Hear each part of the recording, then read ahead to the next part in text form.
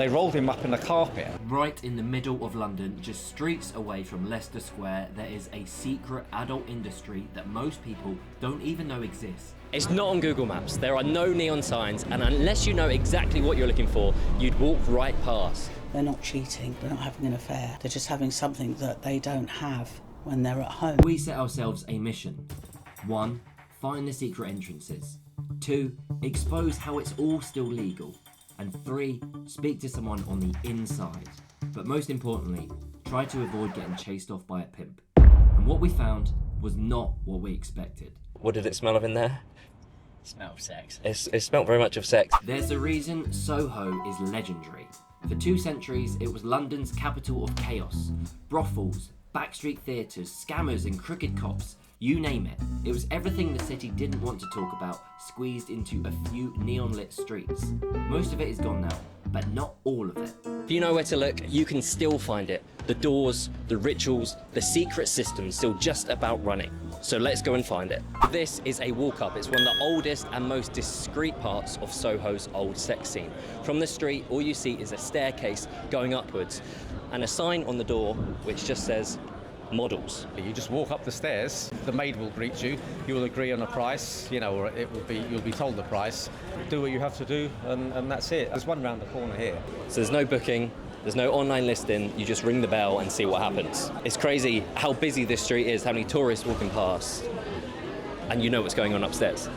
So clip joints are Soho's original scam show. They're clubs like this, which look legit from the outside, but when you're inside, you have to pay £100 plus for a watered down drink or get charged £300 just to leave. The club behind me was previously called Vanity, and 10 men were spiked and money taken from their bank accounts, including one guy who lost £98,000. Across the road, there was a hostess bar. A Chinese gentleman entered there, and so when he was charged £400 for somebody sitting next to him and talking about whatever, and a non-alcoholic cocktail, understandably became cantankerous. So what happened was one of the bouncers, when he wouldn't pay, punched him and kind of knocked him out, but at the time they thought that they'd actually killed him. Rolled him up in a carpet, took him round to dump him into skips or whatever. And halfway through, the guy regained consciousness and started wriggling around. So he had to unroll him, and then the guy ran off, So this is Oxford Street. Millions of people every year. If you come down these stairs, literally just here, find this. This is a gay sauna. They are part social club, part escape, and part anything goes after dark. Some close late and some don't close at all. There are different rules, towels, wristbands, but what happens inside is only their business. For decades, they've been a safe space for gay people to meet without judgment or grinder. So sex shops like this are the most visible part of Soho's old red light district. Some shops are just retail, whereas others have coin-operated booths in the back where customers can pay to do their own thing. They're the only places in London where the floors are stickier than a Wetherspoons. Let's have a look. So every gizmo or gadget you can imagine in those shops, but downstairs there's DVDs like crazy, and they're £25 each. They're categorised like they would be on one of the popular websites. There was just old men having a look round to see what DVD they want to take home tonight. 3 for £50, you can't go wrong. So Soho's massage parlours mix business and pleasure. They look like normal places from the outside, but inside you can be offered optional extras.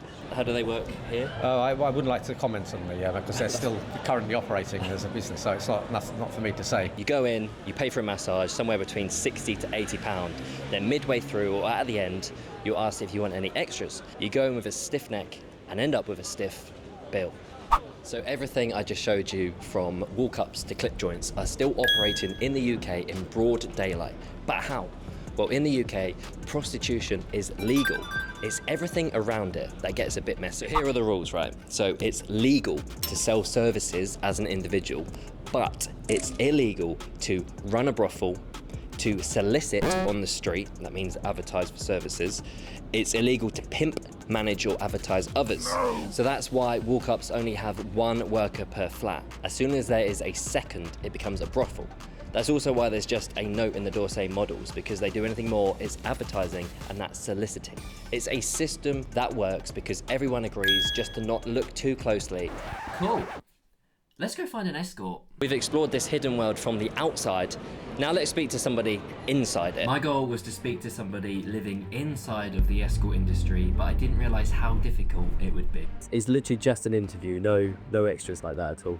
We will both have our clothes on. Yeah, it's not a kink, it's for YouTube specifically. I think that was a pimp in the background. I actually didn't think it would be this hard. I will pay you for the session, but it will just be chatting. No, honestly, yeah, just chat. Eventually, I found someone willing to talk. Just pulling up to an undisclosed postcode in London. We've got to call her and find out the exact place we're going to. Part of me is just expecting a massive guy to just take our money and kick us out, but we'll see what happens. Hopefully we can look behind the curtain of this scene and find out some juicy details. Let's go. White door. So I'm here with Lisa. And what do you call this work? This entertainment Okay. for men.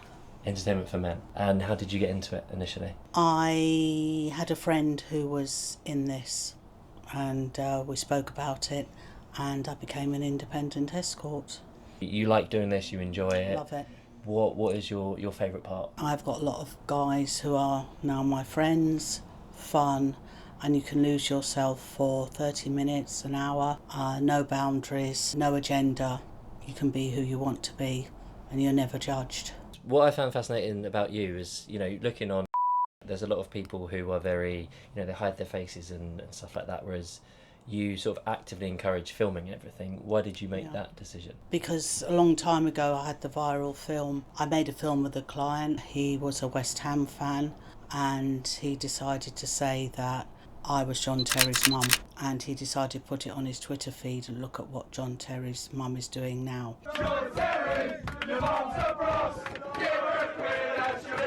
Got into the newspapers, so then I decided to own myself, to be me and who I am, and I don't have to hide. How do someone looking for this service, how would they find you? Right, so they look for me on a site, an adult working site.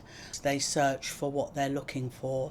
Some guys might want something young, some guys want a mature lady, some guys are looking for certain services. So that's how they find me on that site. Is there a certain demographic of person, or is it completely different people with different backgrounds? You see a whole spectrum of people.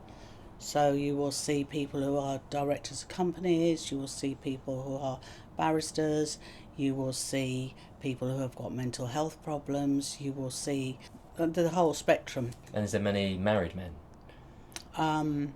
So you say married men. About 80% are with somebody.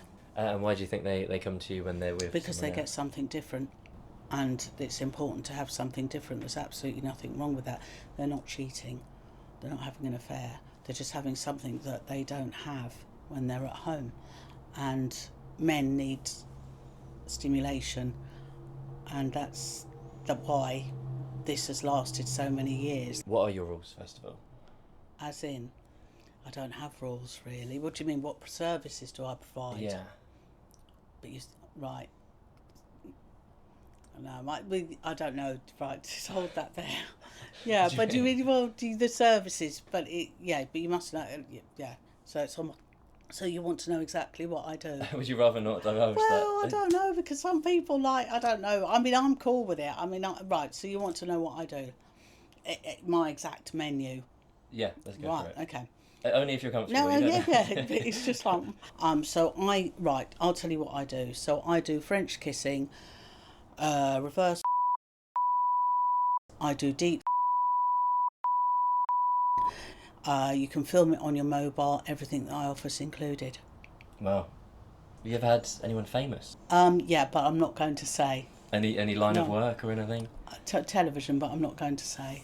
What do you think that people get wrong about this industry? What are the misconceptions? Girls are either forced to work, or they're on drugs, or they have a drink problem, or they're a single parent, or coming from a council estate. They don't understand. It's this country, unfortunately. It's Britain. Everybody's judged over here. Nobody's really free. No matter who you are, what you are, you're not free here. They will come down on it and it's frowned upon.